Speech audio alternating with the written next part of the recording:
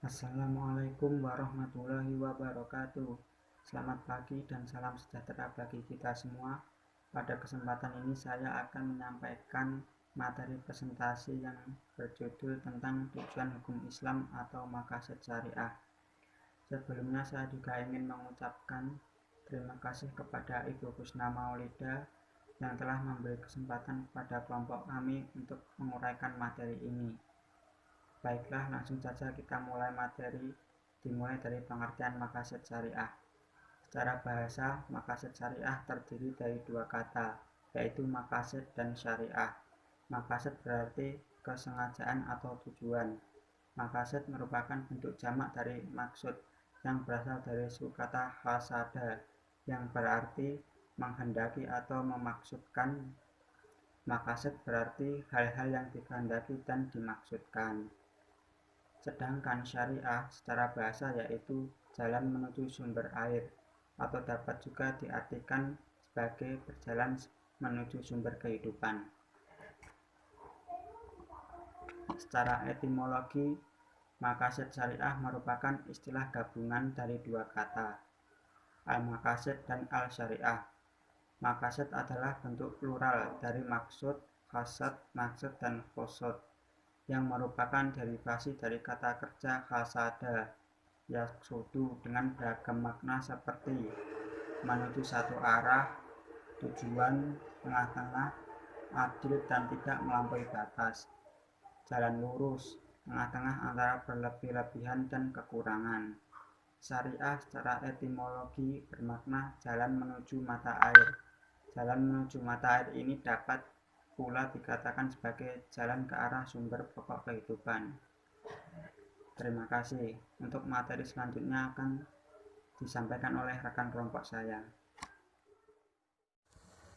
Maqasid syariah dalam pandangan Asy-Syatibi. Menurut Asy-Syatibi, bahwa ditetapkannya maqasid syariah adalah untuk kemaslahatan hamba baik di dunia maupun di akhirat. Asy-Syatibi melanjutkan bahwa penelitian hukum membuktikan bahwa ditetapkannya suatu hukum adalah untuk kemaslahatan hamba. Taklil atau adanya ilat hukum berlaku pada semua hukum secara terperinci. Hal ini dibuktikan dengan adanya teks-teks yang mengandung arti disyariatkannya hukum karena ada ilatnya, baik secara global maupun parsial. Klasifikasi maqasid syariah menurut Asy-Syatibi. Maqasid syariah diformulasikan menjadi dua bagian penting, yakni yang pertama qasdu al-syar'i atau maksud syar'i, dan yang kedua qasdu al-mu'allaf. Qasdu al-syar'i dibagi lagi menjadi 4 bagian. Yang pertama, qasdu al-syar'i fi wadri al-syari'ah. Syatibi menjelaskan lebih lanjut bahwa beban-beban hukum sesungguhnya untuk menjaga maqasid atau tujuan hukum dalam diri makhluk. Maqasid ini dibagi menjadi 3, yaitu dzaruriyat, hajiyat, dan tahsiniyat. Kedua, qasdu al-syar'i fi wadi al-syari'ah lil ifham. Al-Syatibi menyebutkan ada 2 hal penting yang berkaitan dengan hal ini, yaitu yang pertama, syariah diturunkan dalam bahasa Arab, dan yang kedua, syariat bersifat ummiyah. Ketiga, qasdu al-syar'i fi wadi al-syari'ah li al-ta'lif bi muqtadhaha.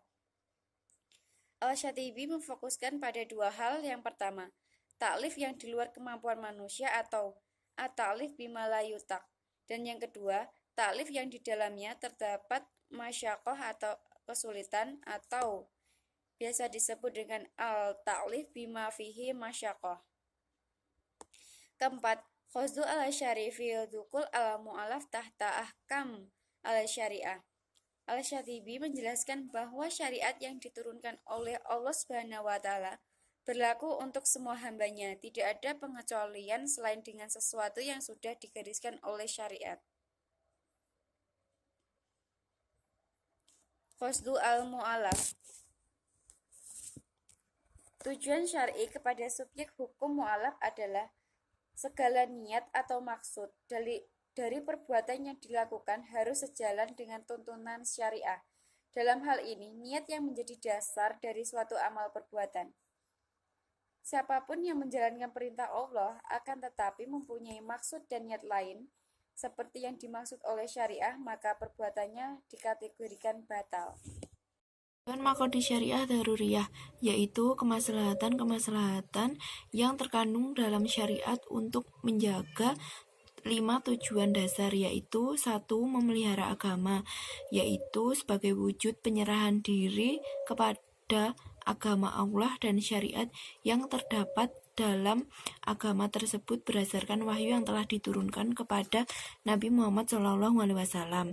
Yang kedua, memelihara jiwa, yaitu memelihara semua hak jiwa untuk tetap hidup, sehat, terhormat, dan hak-hak lain yang berkaitan dengan diri. Yang ketiga yaitu memelihara akal, yaitu merupakan salah satu tujuan dari syariat Islam, sehingga keberadaannya menjadi syarat taklif dalam menjalankan agama. Keempat yaitu memelihara keturunan, merupakan bagian dari tujuan dasar syariat Islam, dengan menjaga garis keturunan sesuai dengan garis syariat Islam, yaitu dengan adanya aturan pernikahan yang menata hubungan suami istri yang sah secara syar'i. Yang kelima yaitu memelihara harta. Memelihara harta yang dimaksud adalah terpeliharanya hak-hak seseorang dalam hartanya dari berbagai bentuk penzaliman. Kesimpulannya yaitu, maqasid syariah adalah tujuan-tujuan hukum dan rahasia-rahasia yang dimaksud oleh Allah SWT untuk kemaslahatan umat di dunia dan di akhirat. Kemaslahatan bagi umat dan menghilangkan kemudaratan adalah salah satu tujuan disyariatkannya Islam di muka bumi ini. Sekian presentasi yang dapat kami sampaikan. Apabila ada salah kata, kami mohon maaf yang sebesar-besarnya. Wassalamualaikum warahmatullahi wabarakatuh.